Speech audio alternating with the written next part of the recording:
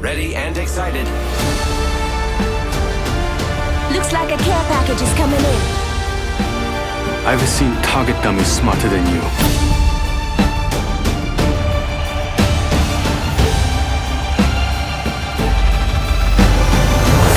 Can anyone summon the courage to face this contender?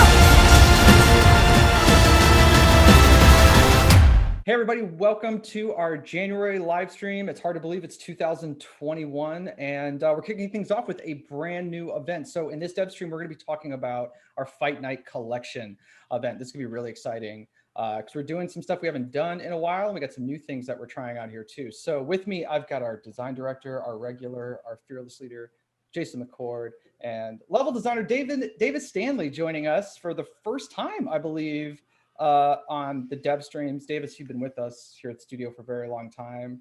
Players, you may recognize Davis from certain things as, you know, the map update to Kings Canyon, Crypto's Town Takeover, and we'll have you here to talk about our next Town Takeover, which we'll get into shortly. So he's the guy that sunk Skulltown. Yeah, he's the guy. I'll do it again. I'm not afraid. I'm in fact eager. Give me a new one. Next Town Takeover is like another layer underneath the Kings Canyon. You're gonna bury it even further. Just gonna sink the whole map. And McCord's like, hey, wait a minute. Hey, look, who doesn't love jumping between pillars of Geo? No one. That's why I'm a level designer, guys. It's awesome. Yeah, I'm looking forward to talking about that. It's been a minute since we had a Town Takeover, and this one is pretty awesome. So this will be fun to talk about. So for Fight Night, this is our next collection event. So for those of you that have participated in these in the past, this will be a lot of familiar things for you. So we've got our event track, tons of new awesome, sexy cosmetics for the characters and legendaries and all sorts of stuff to unlock. And we're introducing our next heirloom item. This one's really exciting, Gibraltar's Axe, which is super cool. This was one, like, I feel like the concepts and ideas for this for Gibraltar have been floating around for a long time. So it's just cool to finally see this like realized. We always have a lot of spirited debates about what the heirloom should be for the legends. Well, he's got his club and his banner cards and stuff, and I think a lot of people wanted that. But when we look at heirlooms, we try to make them, you know, like extra flashy, right? And his club was cool, but you know, when you look at his actual heirloom, it's got all this cool like fire built into it, and it's got some negative space on it, so it just looks cool when he moves it around, and it's sort of just like an amped up version of the one that he has in his finisher and stuff. Yeah. I love how we somehow find ways to cram like all this crazy detail and depth into them. Like I pulled out the club and I was like, dude, this is sick. Like it's got the Damascus steel, it's got the red hot blade, like Yeah, so I almost feel like we're like with each one, we're trying to like one up ourselves like on the previous ones, and I feel like we sneak Easter eggs into these all the time too that even some of us don't realize until we ship, like animators putting in like an extra, like whatever. So it's really exciting to see what like it's actually going to do. For this heirloom, there's an inspect where he pulls out his shield, his arm shield, and with every cool skin, it's like a different model. Yeah, and so he gets to like see this new piece of Geo that you've had on all your skins. You just didn't know how cool it was. He like pulls it out and looks at it. Talk about the Town Takeover. I'm really excited about this. So Dave, this has been your baby, and our next Town Takeover, which is called Fight Night, is themed off Pathfinder, which is super cool. So give us kind of like an overview of like what this new space is like, where it's located on Olympus, what it's going to be like to play on it. Yeah, so Fight Night is a boxing ring in a stadium, and it's right next to the ship in Olympus in docks. RIP docks or RIP cargo area. Cargo hold. I asked Dave. It's cargo hold specifically. Unnamed on the map, but named in the corner of the screen tastefully. No longer. So the deal with the boxing ring is once you enter, it's melee only. So you can't shoot into it. No grenades. No abilities.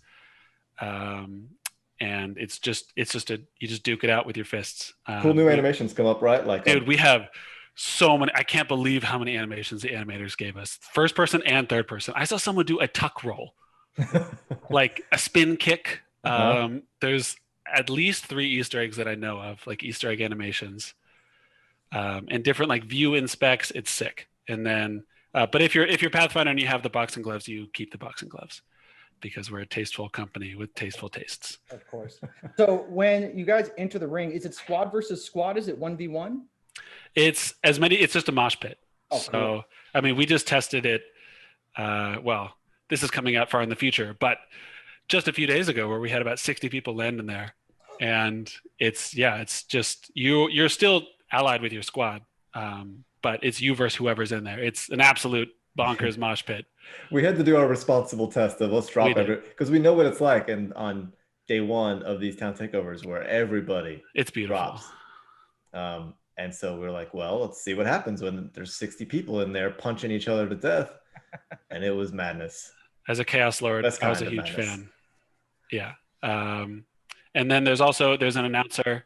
So our writing team did a great job. We actually it's the same voice actress who does the ring announcements, who's doing the boxing ring announcer, I believe. I'm so awkward if I'm wrong on that. And then each character has their own lines that they say when they go in. And we've got like a crowd in the background and a bell that dings. And then there's TVs all around the arena to let you know like what's happening inside, like knockout, or it says cowardice if you run away. And then also inside the boxing ring, we have the loot rollers that are on World's Edge, and you can punch those and get items. So if you hot drop into the boxing ring, you can leave with guns and armor. One of our kind of goals with this town takeover is to add spots for more squads to live. So like with crypto's like one big room, basically. And you can have multiple squads land around it, but it devolves into like this crazy fight in the middle very quickly. And one of the goals for this is you can jump into the Pathfinder ring in the middle, but it kind of splits up the arena into separate spaces. So you could there's some like luxury seating that overlooks the ring, and you could have a fight going on there and a fight going on in another part. And one of the town takeovers that we look at, or that I looked at for this a lot, was Gauntlet. Our first one by Alex Graner. I think that did a really good job having a good gameplay balance for pacing and squads. And so it's not going to be the same, but trying to pull a little of that. That's part of the experiment to see how much can Path TT push that while also being a crazy boxing ring. It also adds another like fully legitimate drop location. So we have an extra place to land.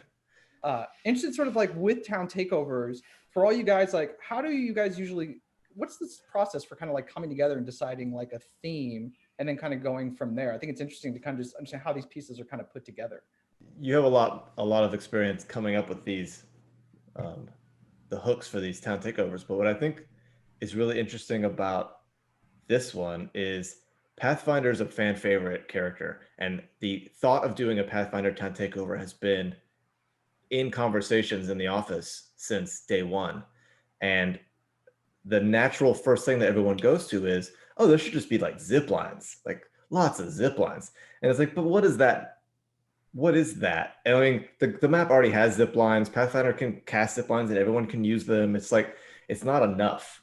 And so we had a hard time finding something that felt like it had enough personality that wasn't just like a jungle gym of zip lines. And actually, Neil, the director of the short, we were looking at the first pass of the Fight Night short, and Neil was like, "Yeah, we want to do like Pathfinder's got this boxing, like one of the characters in the short does a lot of boxing, so Pathfinder kind of learns how to box from that character, and so that's how it sort of turns into part of his personality, and that's why he's got the heirloom and all this stuff." And he was like, "What if we just did like a boxing ring with?" Where everybody, he literally, the director of the short came up with the idea, and then, Davis ran with it from there. But every town takeover is kind of different because someone's like, hey, we should do a town takeover. And then we're like, oh, okay. We kind of go back and forth a few times about which character it should be. And then there's a lot of soul searching about what is this character's pitch? What's their thing? Like for crypto, there were different ways it could go. There were some really wacky pitches, like it's a full alternate reality landscape that you go to and the rules are completely different. Or, and then we settled on the map room. But I think, Pathfinder, the idea of zipline forest wasn't very compelling from a gameplay standpoint. There were some prototypes we considered leveraging, but there were others issues with those. I think the reason when Neil said boxing ring, I saw in my head the videos that I've seen our community do where they get together in the firing range and put up a Watson ring. Yeah. And then they go melee and fight each other. And I was like, I don't know. it felt like inspiration from the community was like, that's what we needed to know that it would be cool. Totally. I mean, I think without all the kind of the melee 1v1s and the memes, it wouldn't have been as compelling. And then you kind of slot that in with Pathfinder's personality. And I don't know, it feels a bit to me more in the direction of like Mirage Voyage in a sense, where it's leaning more on the character's personality. And there's still some zip lines in the arena. Like one of the primary ways you enter is you would ride a zip line. It lets you kind of jump in and have some bit more freedom for how you enter as opposed to scrambling over the ropes. But yeah, I think it's cool how each Town Takeover gets to develop in a different way and follow like a different inspiration for how it goes. Like Octane was 100% gameplay driven. And Wraith was like very, very story driven. So yeah, it's cool to see how they all take shape differently. Like we've made a lot of them now, and I think each time we start one, we're like, we figured out the recipe, guys. This one's gonna be easy. And then like 2 weeks in, we're like, it's completely different. What are we supposed to do? That's really cool. I didn't know Neil was done an incredible job on so much of the shorts and original stuff that we've done for Apex. That's really cool that he contributed to the idea for the Town Takeover as well. That's awesome. Also, big credit to Tabi, our King of Environment Art, one of them, because it just as another example of people kind of contributing to the process.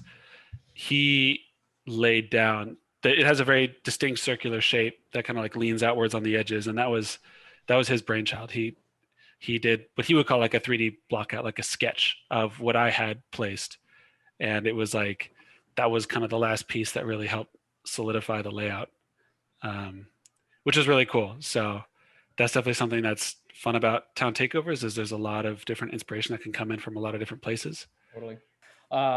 Next up, let's talk about, we're doing something different now with a limited time mode. Typically in a collection event, we also introduce a limited time mode that runs during that collection event. We're going to be adding some cool hooks to the game, but we're not doing a traditional LTM. So McCord, can you walk us through how we're going to be kind of adding some fun new gameplay twists, but to the live game while this event's going live? Yeah, we're doing a new thing that we're calling a takeover, and a Play Apex takeover. So it's the airdrop escalation takeover. And what this is basically we're taking some gameplay that we normally would try and put into a limited time mode. That's what LTM stands for. And we have put it into the normal trios and duos playlist. And the reason that we want to do that is very simple. We just want to keep our players together. You know, limited time modes are cool. People like playing them, and there's usually a huge spike as soon as we launch one. And then, you know, you kind of play it for a few days, and then a dedicated group of players keep playing it through the rest of the event. But we really want to see more people participating in those, in that new gameplay that we're providing. So for the event, you'll see over the Play Apex tab, over the Play Apex box, you'll see Takeover active. And when you hover over it, it'll explain some of what this means. And it won't be in ranked. Ranked will stay pristine. As I've said many times, that'll stay the core game. And then when the event is over, this will turn off and it'll go back to normal. So what this actual gameplay is we've sort of taken over that moment when the care package comes in naturally in each game.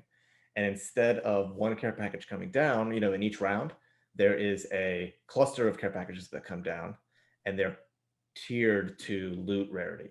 So at the beginning of the game, you actually, during the skydive, you'll see clusters of blue beams throughout the map. And if you open the mini map, you'll see a little blue circle. And what that is there's like 3 or 4, I think maybe 4 care packages with blue loot guaranteed in them. And what that means is blue backpack, blue shield, but also blue fully kitted weapons, which is new for this update. So that's, you know, a 301 with a blue mag, a blue stock, a blue barrel, and a 2x scope on it, and then some ammo. And there should be enough for a couple squads to land there, loot some stuff, fight over it. And then the game progresses, and the next drop that comes in the next round will be purple.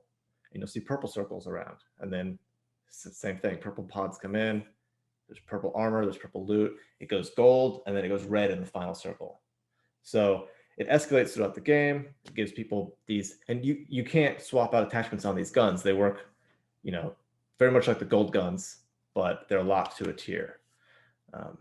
So this just helps the game like escalate in a really cool way towards the final match. And this will just be the way that you play trios and duos for the entirety of the event. Cool. Another visitor coming to Olympus in this event, Loot Marvins are appearing. So we've had these in the game. Is there anything different here, McCord, or any way they're going to operate differently, or players kind of expect the same experience of how they've run into Loot Marvins in the past? Well, the only Marvin in the game right now in the actual map is the one in Olympus. And that one is the one that we sort of teased out there to have Pathfinder talk about, and it kicks off Pathfinder's story. So people have seen that Marvin. So now around the map, there's more of them, and they've woken up, and they're standing there with one arm. Poor guys, just have one arm, and their chest smiley face is just cycling through emotions really quickly. And you'll notice the smiley faces are based on loot colors. So you walk up to them and you activate them, and it basically acts like a slot machine. It even sounds like a slot machine. You hear the ding, ding, ding, ding, ding, ding. And whenever it lands on, some loot pops out, and you can loot off the ground. And then the Marvin goes into sort of a power down mode. The extra layer here is if you kill the Marvin, if you're just a horrible monster of a person and you kill the Marvin, there's a chance that he will drop his arm, the one good arm that he has.